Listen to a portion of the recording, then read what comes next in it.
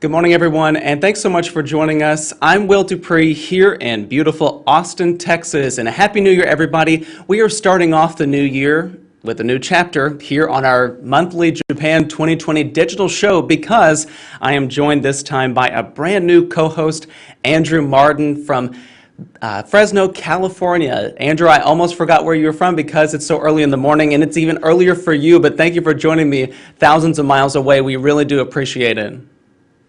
My pleasure, Will. Good to talk to you. Good morning to you. Hello to everyone out there. And if you see someone that is not as pretty as Erin Cargyle, she is on maternity leave right now. We love Erin. So happy she is now a mother. Baby Jack was born on December 19th. We may show you a picture later in the show. But you're stuck with today and on the first Tuesday of every month leading up to the summer. We're so excited that you're here, Andrew, and we'll talk a little bit more about your experience covering the Olympics several times a little later in the show, so again, stay around for that, as well as a photo of baby Jack, Erin's new son. So we want to dive right into some headlines right now because we are less than 200 days away from the start of the postponed Summer Olympic Games, which everybody has been monitoring at this point, and a clock has now shown up in Tokyo counting down how much time is left before the Olympics begin.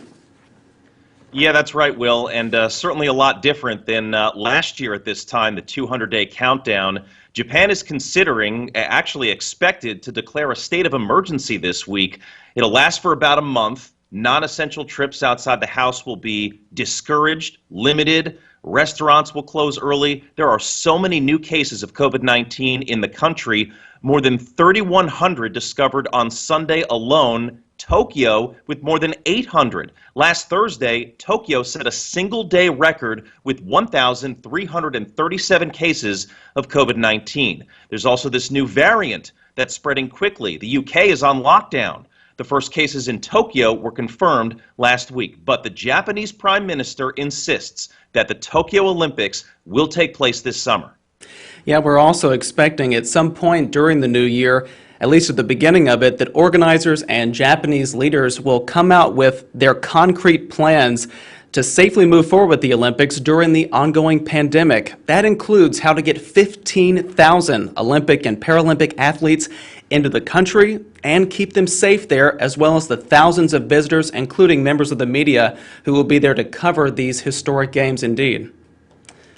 Yeah, and we'll certainly surging cases not only in Tokyo, in Japan, but also here in the United States. I'm based in Fresno, California. The state of California is averaging 37,000 cases of COVID-19 a day, a positivity rate of 12%. Thankfully, I've been safe. My close friends and family have all been safe, but certainly something that we need to worry about. And that's why we wanted to once again talk with an infectious diseases doctor who we've leaned on him for his insight over the last several months. Yeah, Andrew, yesterday I got to talk to Dr. Stephen Thomas. He's a familiar face to anyone who's watched our digital shows before. And yesterday it was a pretty big moment for him because he got the second dose of that Pfizer COVID-19 vaccine. So he is fully vaccinated, and that's where our conversation began.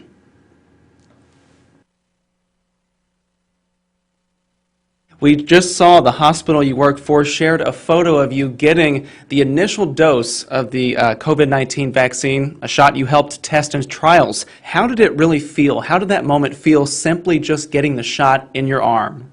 It felt great. I mean, obviously just me personally, working with COVID patients, not infrequently, I do believe in obviously vaccines and vaccination, and so I was glad that my number came up and it was time for me to get this vaccine, which I think we've shown can give you a high level of protection. Today I got my second dose, and there was a very, very long line of people waiting to get vaccinated. So yeah, it's great. Very, very good feeling. A feeling of hope. For sure. And any side effects related to getting the initial or the second dose? With the first dose, nothing at all. And we do know that from the studies of both the Pfizer and the Moderna vaccine that the second dose you can have more reactions than the first. So we'll see. My arm's a little bit sore, but it's only been a couple hours. It might be in my head. I might be anticipating. It sounds pretty good, though, otherwise. Well, staying on topic with the vaccine, administering it here in the U.S. is moving slowly. The CDC is reporting that only about 32% of the vaccines that have been distributed have actually been put into arms. What do you think it's going to take to speed up that process here? You know, people want to do this correctly. They don't want to make any mistakes, right? The stakes are too high. So I think they're being very deliberate, and they're going slowly. A lot of people are concerned as well about this new variant of the coronavirus that showed up in a couple of states, at least here in the U.S. How concerning is this strain, and will the current vaccines be effective enough to deal with it? It seems from modeling and from some biology that they've done that this new strain might in fact be more infectious than the strain that it's replacing. That being said, though, what's really important is, does it make people sicker, number one, and number two, is it going to help the virus evade the immune response induced by a vaccine or the vaccines that are out there? And there's no indication, either one, that it's more virulent, meaning it makes people sicker, or two, that it will evade the immune response that is generated by these vaccines. And just as part of the normal vaccine development process, they are always testing the immune response that these vaccines create. They're always testing them against a number of different strains. That's just something you do when you make viral vaccines. And at least the information that we have to date, the vaccine should work, not only against this strain, but against other strains. So, fingers crossed, and we'll see. We are seeing reporting that Japan is not going to start vaccinations until March, and then hopefully have it all done by July, which is just in time for the Summer Olympic Games to begin in Tokyo. Given the rollout and how everything has gone here in the U.S., is that an achievable goal? Is it too ambitious, you think? Well, I don't think it's too ambitious, and again, it kind of depends on how the individual country is organized and how their public health system, works. As we've discussed before, I lived in Asia for almost 6 years, and I lived in Thailand, and they have national vaccination days there where they would pick a vaccine. Let's say it was polio, for example, and that day they would vaccinate tens of millions of people. So it can be done. It's just a matter of how's the country organized, how's the public health system organized, how much vaccine are they going to have available, and will they have enough time to make sure that people are effectively immune and immunized prior to the start of the games. But it's absolutely possible. It can be done because it's been done in the past. Dr. Stephen Thomas, thank you so much, as always, for making time for us. We really appreciate it, and hopefully your arm gets a little less sore after that second shot. Thanks a lot. I appreciate it. Have a good day.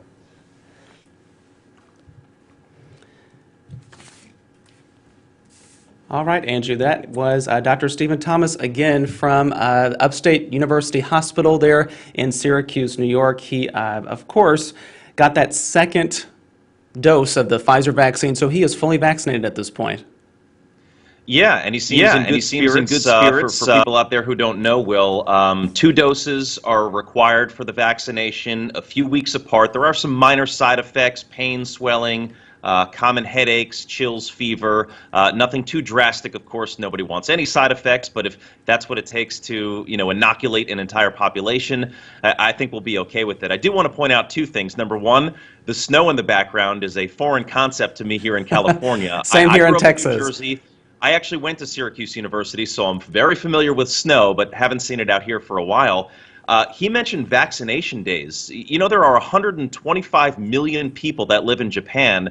You might need several vaccination days to get everybody in the country inoculated. Yeah, and they did say, and this was a part of another question that we asked Dr. Thomas off camera, was that, Japan has not approved any coronavirus vaccines at this point. They are working to do so rapidly, but they're hoping to start vaccinations in at least March, maybe. That's, again, cutting it pretty close to the start of the Olympic Games, which may necessitate, creating some sort of bubble for athletes and officials and all those other people who might be involved with the Olympics, including you, Andrew, who will be going to cover the Games. That's right, Will. And you mentioned we're still waiting for that concrete plan, which was supposed to, I guess there isn't a specific date, but hopefully in the next couple of days, couple of weeks, we find out exactly what the plan is. We do know it's going to cost a lot of money, and that leads into our next topic. That is for sure. So we want to share a few Olympic headlines with you, and Andrew just mentioned it. The budget for these Olympic Games is pretty high. Yeah, so specifically it's up 22% from last year at this time. $15.4 billion is the new estimated cost, and that'll perk up your ears a little bit, up from $12.6 billion in last year's budget.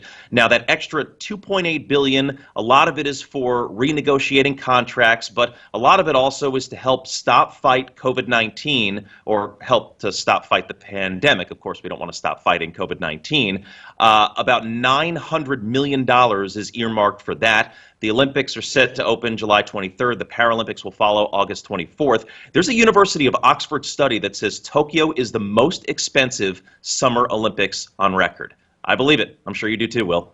That is for sure. So another headline that we want to talk about, one of the most iconic Olympic images came during the 1968 Olympics in Mexico City, when American sprinters Tommie Smith and John Carlos here raised their fists on the medal stand to protest racial inequality in the U.S.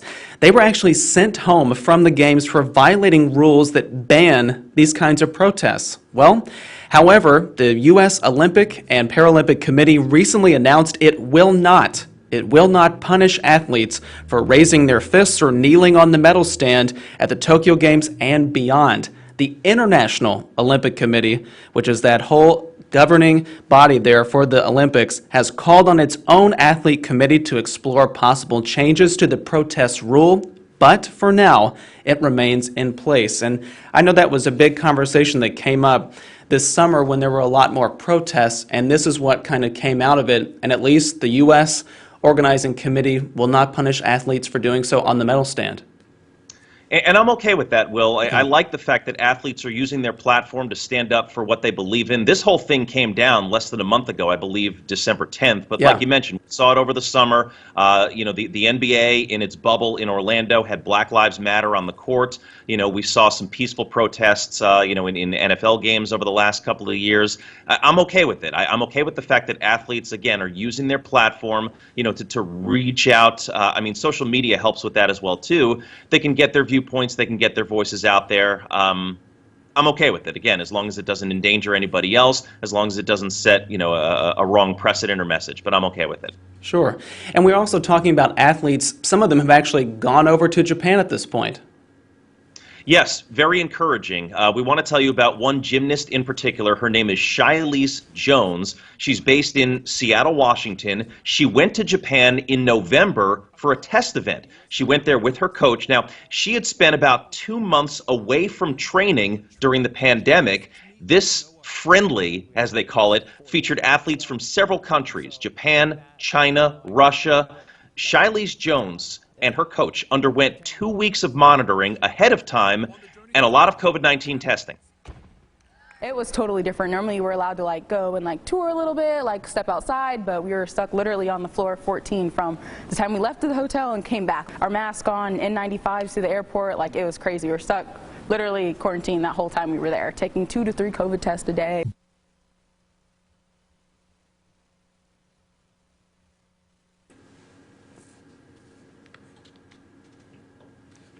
And as you saw right there, Shilese Jones, her coach, said he did feel safe because of all these precautions, and also was encouraged that they could still hold this meet even during the pandemic, which is pretty amazing. Andrew, that's been the biggest conversation, is how can they really do this with so many people, and at least these test events, some that are coming up in March as well, they're showing that it possibly can be done.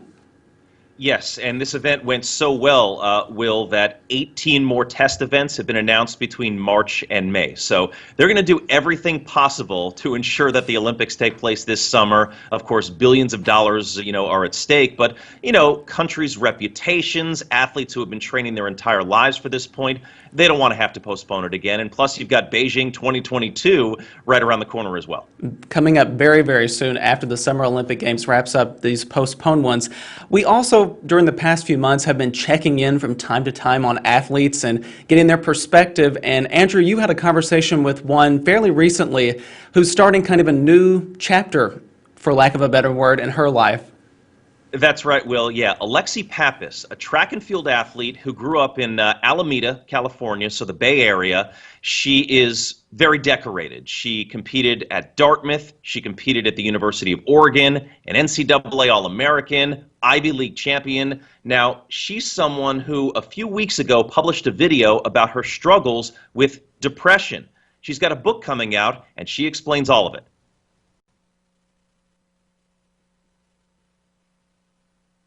We are pleased right now to spend a few minutes with Alexi Pappas, 2016 Olympian who competed for Greece, ran in the 10,000 meters, finished 17th, which is pretty impressive, 17th in the world. Alexi, thanks so much for the time today. You are a rare athlete in that you have openly admitted to your vulnerabilities. You wrote a book. It's over your shoulder. We'll get to it in just a second because it actually comes out next week.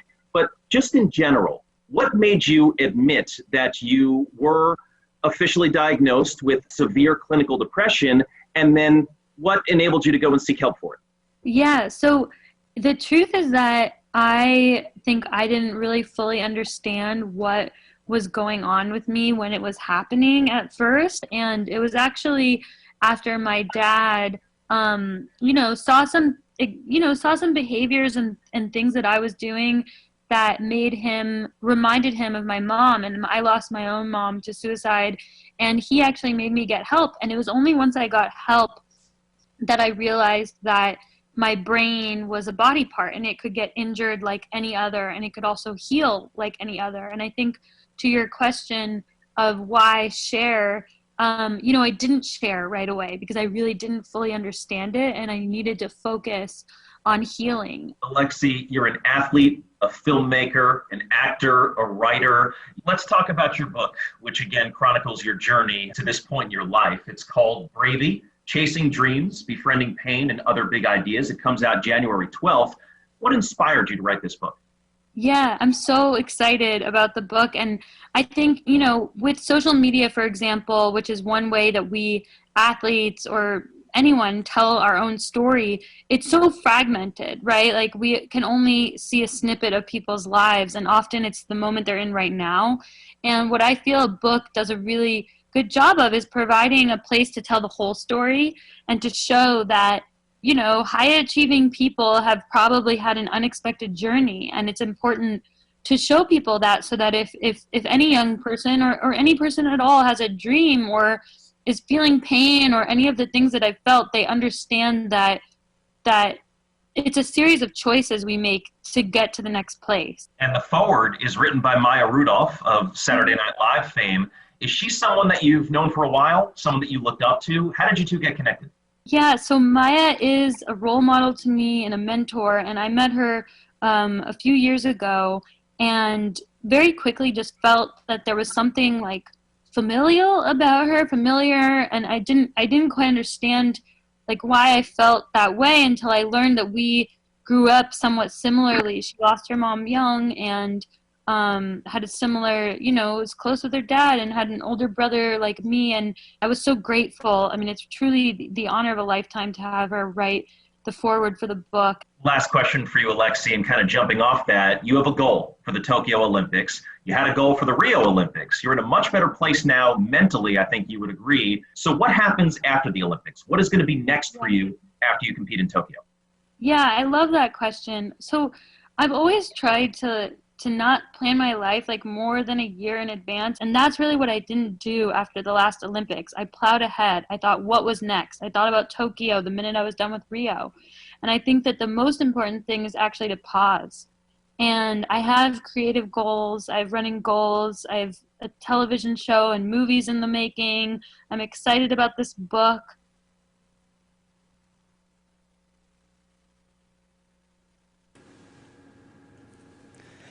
Andrew, so cool to hear from her. I mean, what an accomplished woman. I mean, you were listing kind of all the hyphenates in her description. I mean, she's an Olympian, she's an author, she's an actress.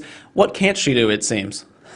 You know, Will, I was blown away by everything that she said to me, but everything that she has to offer. And again, I referenced it with the first question that I asked her, but so refreshing to hear an athlete open up to her vulnerabilities. You know, unfortunately, due to time constraints, we didn't get a chance to air the entire interview. We talked for about 20, 25 minutes.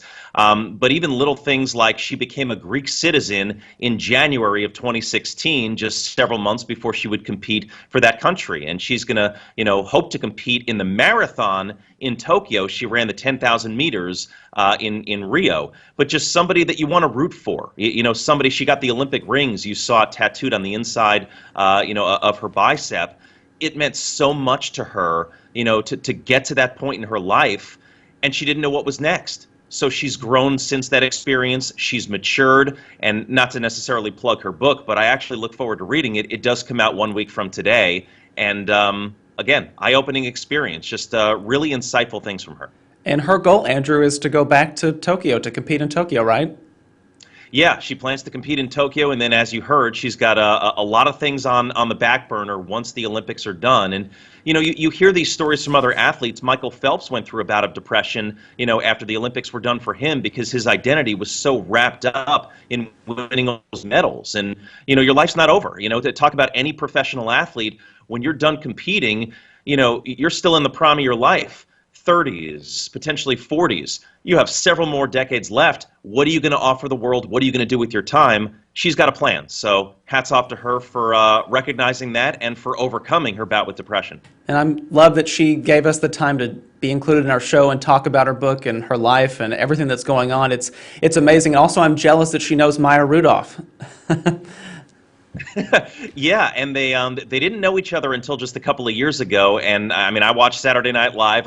I was a big fan of SNL back in the days of Will Ferrell and Colin Quinn, Darrell Hammond, and all that. But Maya Rudolph is somebody who had been a mainstay for several years. She's a name, and so if you can get a big name to write a forward for your book, you must be doing something right. I would say so. Well, speaking of somebody who's doing something right, nice segue here. We're talking about you, Andrew, because, again, everybody... Oh, I thought you were going to talk about Erin. Right. We're all going to talk about Erin in just a moment. She, of course, is on maternity leave right now. But, Andrew, you have agreed to step in and help co-host this show with us every month, talking about the Olympics, leading up to the coverage of the games. You are going to go to Tokyo to cover those Olympics, but this is not the first time that you've gone to it. Tell us about that experience and kind of what all you've done leading up to this moment. Sure. Well, fingers crossed, Will, because, you know, I'm optimistic, of course, that the Olympics will take place this summer, but we still don't know for sure.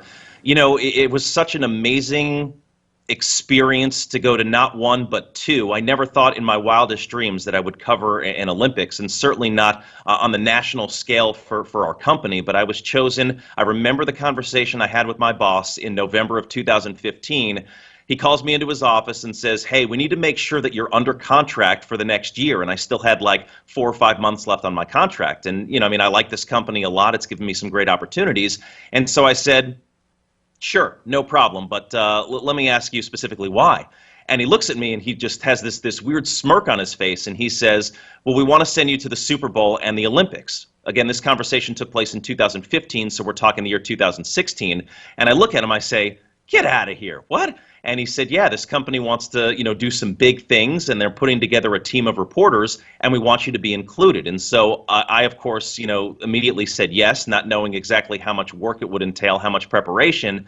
But of course, I said yes again after that experience in Rio, because, I mean, to me, the Olympics has always been something that, you know, as a kid when you're young and you just watch it on TV and, you know, you root for your country and you see the best of the best, and to just be a small part of it, you know, it blew me away. And yes, it's a lot of sleepless nights and a lot of research and a lot of coordination, tons of emails and phone calls, hundreds of live reports, but it is absolutely worth it.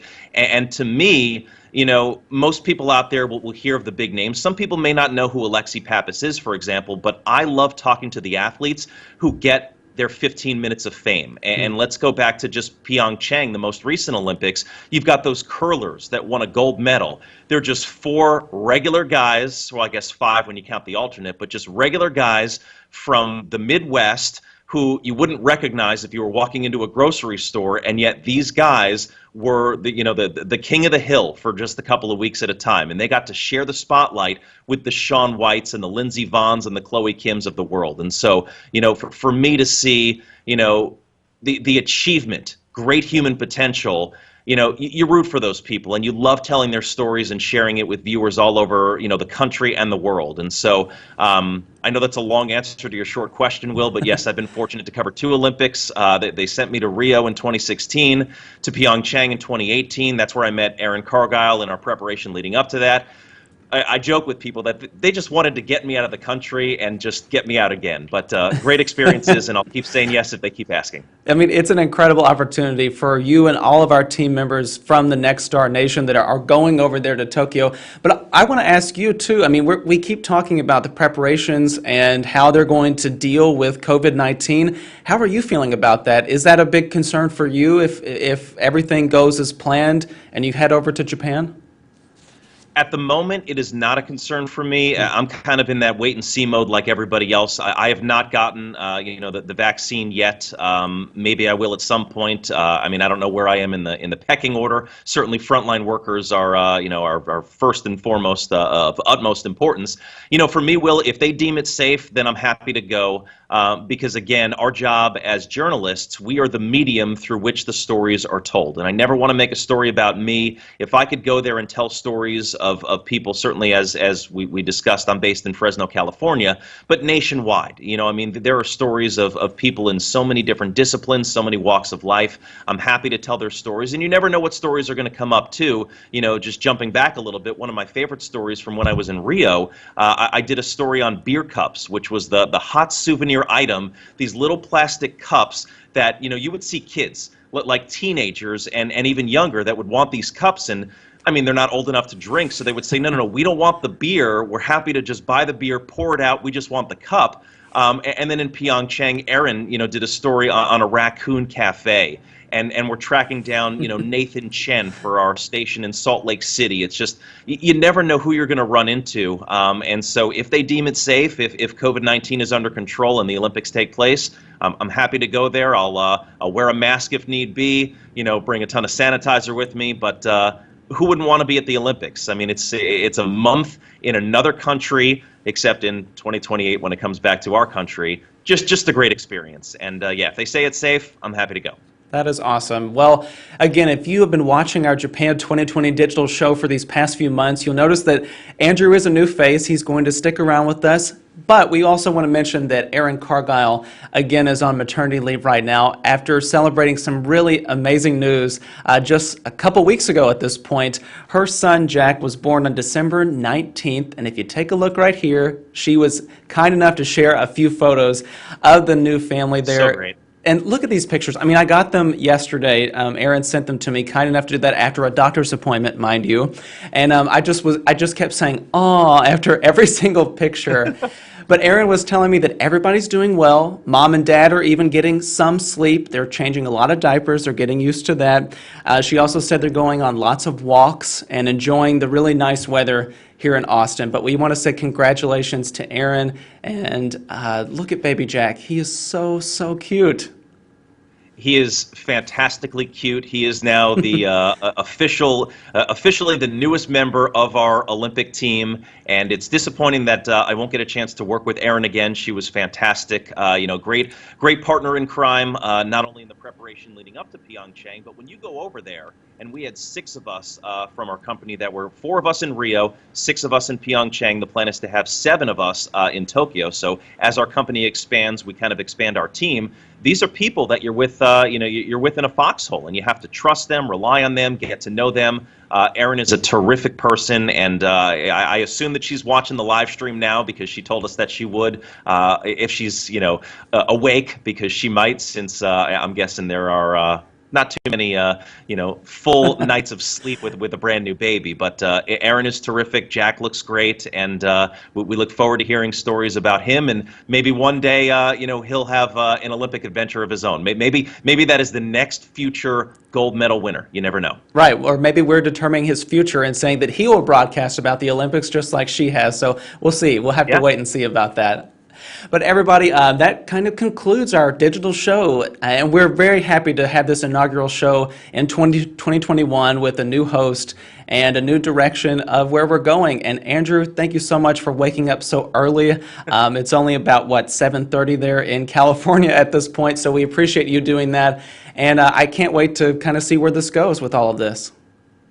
Yeah, no, my pleasure, Will. It's funny because I don't even know what time it is sometimes, and the joke Same. is, because Japan is, depending on the time difference, 17, 18 hours ahead, and so we were waking up in the middle of the night, when we were in South Korea to actually do live reports for stations all over the country. So happy to do it. Happy to step in and try and fill Aaron's shoes.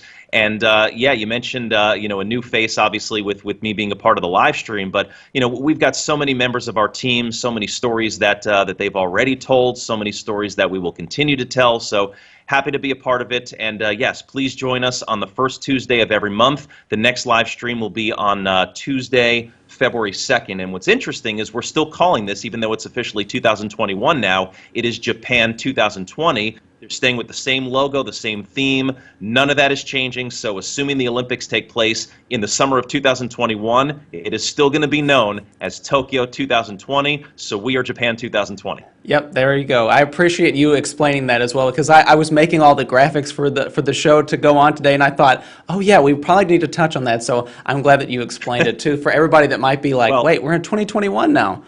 Right. We need to make sure that the graphics are correct. Just change that copyright, Will. I hope you've changed the copyright. Yes. All right, everybody. Thanks again for watching. I'm Will DuPree. And I'm Andrew Marden. Thanks again, everyone. Have a great day, a great month, and we'll see you in February.